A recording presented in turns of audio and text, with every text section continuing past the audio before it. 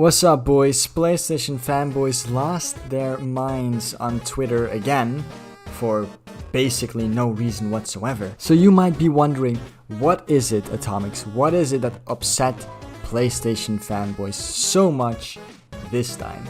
Now, Kotaku made an article where they talked about how there aren't enough AAA games coming over to Xbox Game Pass.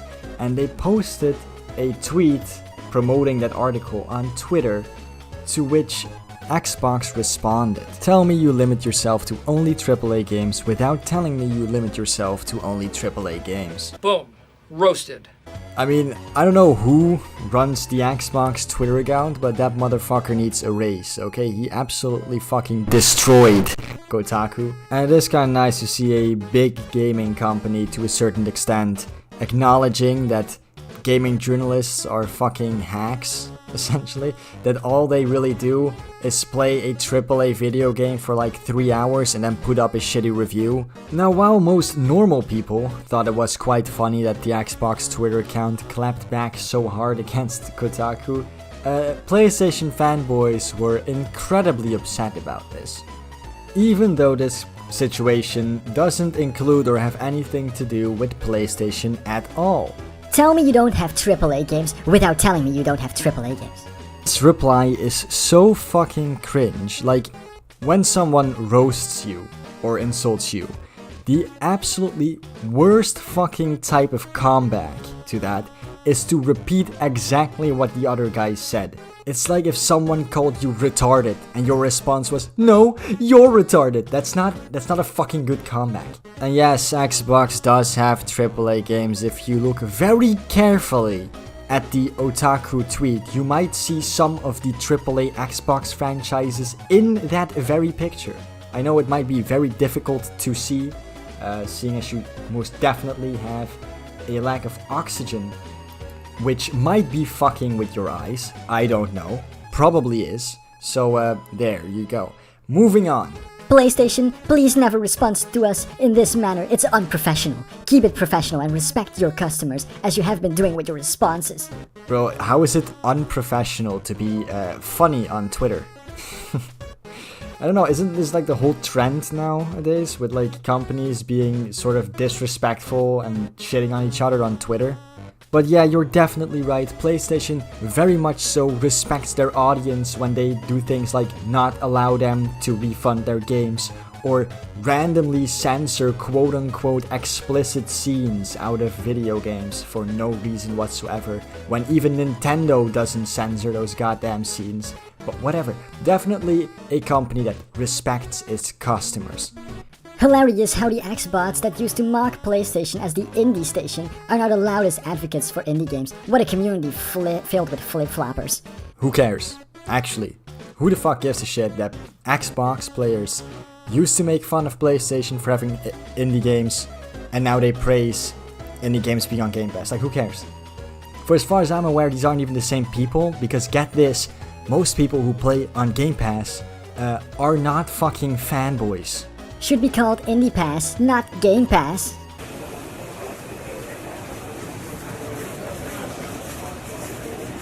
That's me. As the person that replied to you already pointed out, indie games are also games, you dumb cunt. In Exile is a gaming studio that a couple years ago was bought up by Microsoft to be a part of Xbox Game Studios, and they responded to the Xbox tweet with this tweet with like the golden ratio in the fucking Xbox tweet, whatever. This also really pissed off PlayStation fans even further. That you're stupid enough to post that proves to me that game designers don't need pay raises. They need to finish their GEDs instead. Now, first of all, I'm pretty sure that the developers in Exile weren't the people who made this tweet.